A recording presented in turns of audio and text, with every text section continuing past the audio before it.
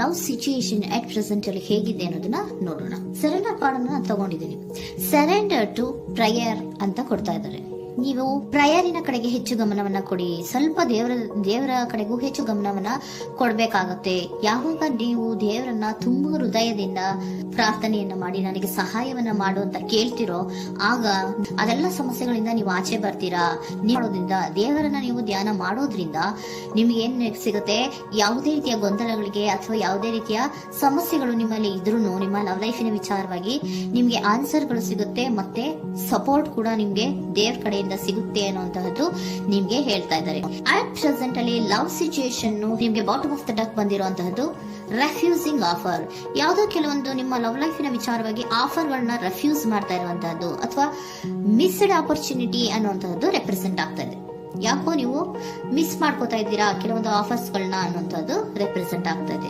ಏನೋ ಒಂದು ರೀತಿಯ ಧ್ಯಾನ ಮಾಡ್ತಾ ಇರುವಂತಹದ್ದು, ಚಿಂತೆಯನ್ನ ಮಾಡ್ತಾ ಇರುವಂತದ್ದು ರೆಪ್ರೆಸೆಂಟ್ ಆಗ್ತದೆ. ಪಾಸ್ಟಿನಲ್ಲಿ ನಿಮ್ಮ ಲವ್ ಲೈಫಿನ ವಿಚಾರವಾಗಿ ಒಂದು ನ್ಯೂ ಐಡಿಯಾ ಇತ್ತು, ಏನೋ ಒಂದು ರೀತಿಯ ಹೊಸ ಐಡಿಯಾಗಳನ್ನ ಮಾಡ್ಕೊಂಡಿದ್ರಿ. ಲವ್ ಲೈಫಿನ ವಿಚಾರವಾಗಿ ನಿಮ್ಮ ಆಪರ್ಚುನಿಟಿ ಕೂಡ ಚೆನ್ನಾಗಿಯೇ ಇತ್ತು.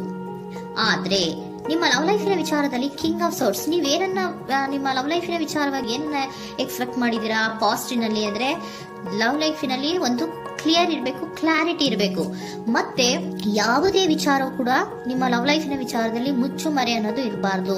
ಸ್ಪಷ್ಟವಾಗಿರ್ಬೇಕು, ಸ್ಪಷ್ಟವಾಗಿ ಹೇಳ್ಬೇಕು, ಏನ್ ಹೇಳ್ಬೇಕೋ ಅದು ಸ್ಪಷ್ಟವಾಗಿ ಹೇಳ್ಬೇಕು ಅನ್ನುವಂತಹದ್ದು ಎಕ್ಸ್ಪೆಕ್ಟ್ ಮಾಡುವಂತಹದ್ದು ಪ್ರೀತಿಯ ವಿಚಾರದಲ್ಲಿ. ಮತ್ತೆ ಕ್ಲಿಯರ್ ಆಗಿರ್ಬೇಕು.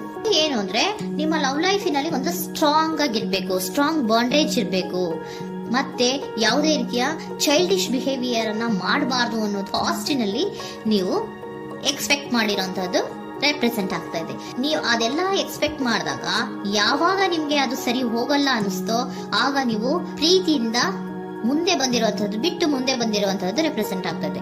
ಮೋಸ್ಟ್ ಪ್ರಾಬಬಲಿ ನಿಮ್ಮ ಕೆಲವೊಬ್ಬರಿಗೆ ಈಗ ಆಲ್ರೆಡಿ ಕೆಲವೊಂದು ರೀತಿಯ ಬ್ರೇಕಪ್ ಗಳು ಆಗಿರಬಹುದು, ಕಮ್ಯುನಿಕೇಶನ್ ಇಲ್ಲದೆ ಇರುವಂತಹದ್ದು ರೆಪ್ರೆಸೆಂಟ್ ಆಗ್ತಾ ಇದೆ. ಮೋಸ್ಟ್ ಪ್ರಾಬಬಲಿ ನೀವು ಇವಾಗ ಇಬ್ರು ಕೂಡ ನೀವು ಮಾತಾಡದೆ ಇರುವಂತಹದ್ದು ರೆಪ್ರೆಸೆಂಟ್ ಆಗ್ತಾ ಇದೆ. ಸೊ ಯಾವುದೇ ರೀತಿಯ ಕಾಂಟ್ಯಾಕ್ಟ್ ಅಲ್ಲಿ ಇಲ್ಲದೆ ಇರುವಂತಹದ್ದು ರೆಪ್ರೆಸೆಂಟ್ ಆಗ್ತಾ ಇದೆ. ನೋಡಿ, ಮುಂದೆ ಬರ್ತಾ ಇರುವಂತಹದ್ದು ರೆಪ್ರೆಸೆಂಟ್ ಆಗ್ತಾ ಇದೆ. ಯಾಕೋ ತುಂಬಾ ಬೇಜಾರಲ್ಲಿ ಇರುವಂತಹದ್ದು. ಪಾಸ್ಟಿನಲ್ಲಿ ಕೂಡ ನೀವು ಲವ್ ಲೈಫಿನ ವಿಚಾರವಾಗಿ ಕೆಲವೊಬ್ರು ಬೇಜಾರಲ್ಲಿ ಇರುವಂತಹದ್ದು ರೆಪ್ರೆಸೆಂಟ್ ಆಗ್ತಾ ಇದೆ.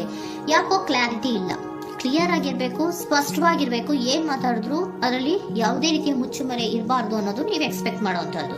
ಪಾಸ್ಟಿನಲ್ಲಿ ಕೂಡ ನಿಮ್ಗೆ ಸ್ವಲ್ಪ ಬೇಜಾರುಗಳಾಗಿರುವಂತಹದ್ದು ರೆಪ್ರೆಸೆಂಟ್ ಆಗ್ತಾ ಇದೆ. ಅಟ್ ಪ್ರೆಸೆಂಟಿನಲ್ಲಿ the moon card, 9 of swords, 6 of swords ಬಂದಿದೆ. ಮೂನ್ ಕಾರ್ಡ್ ಏನನ್ನ ರೆಪ್ರೆಸೆಂಟ್ ಮಾಡುತ್ತೆ?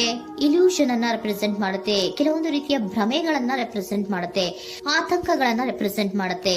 ಮತ್ತೆ ನಿಮ್ಮ ಲವ್ ಲೈಫಿನ ವಿಚಾರದಲ್ಲಿ ಯಾವುದೇ ರೀತಿಯ ಸ್ಥಿರವಾಗಿ ಇಲ್ಲ, ಯಾವುದು ಕರೆಕ್ಟ್ ಆಗಿ ಇಲ್ಲದೆ ಇರುವಂತಹದ್ದು ನಿಮ್ಗೆ ರೆಪ್ರೆಸೆಂಟ್ ಆಗ್ತಾ ಇದೆ. ನೆಕ್ಸ್ಟ್ ಕಾರ್ಡ್ ಏನ್ ಬಂದಿದೆ? ಸೆಕೆಂಡ್ ಕಾರ್ಡ್ 9 ಆಫ್ ಸೋರ್ಟ್ಸ್ ಬಂದಿದೆ.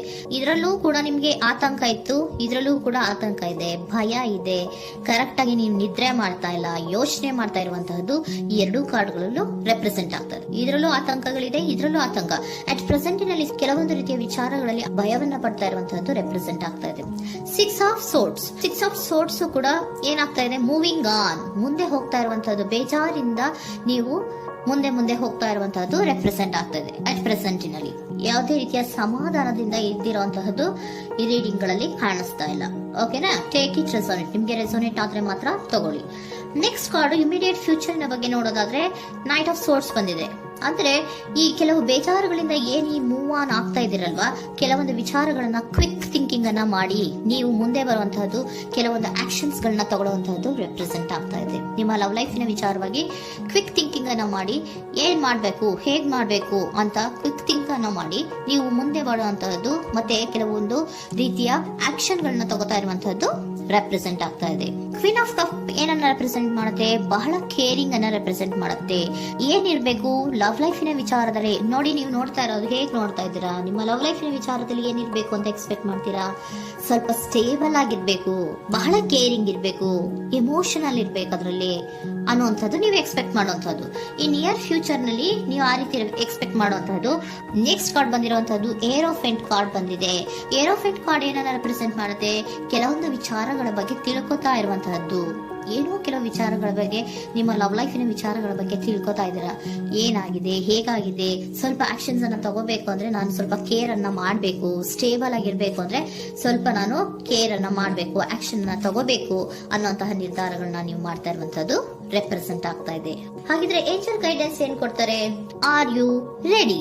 ನೀನು ರೆಡಿಯಾಗಿದ್ದೀರಾ ನೀವು ಅಂತ ಕೇಳ್ತಾ ಇದ್ದಾರೆ ಏಂಜಲ್ಸ್ಗಳು. ಅಂದ್ರೆ ಏನು? ನೀನ್ ಇಲ್ಲೇ ಕುತ್ಕೊಂಡು ಅಳ್ಕೊಂಡು ಬೇಜಾರ್ ಮಾಡ್ಕೊಂಡು ಕುತ್ಕೊಳ್ಳೋದು ಬೇಡ. ಸ್ವಲ್ಪ ನೀನು ಮುಂದೆ ಮೂವ್ ಆಗು. ಅಲ್ಲಿರೋದ್ರಿಂದ ಏನು ಪ್ರಯೋಜನ ಇಲ್ಲ. Are you ready? ನೀವು ರೆಡಿಯಾಗಿದ್ದೀರಾ?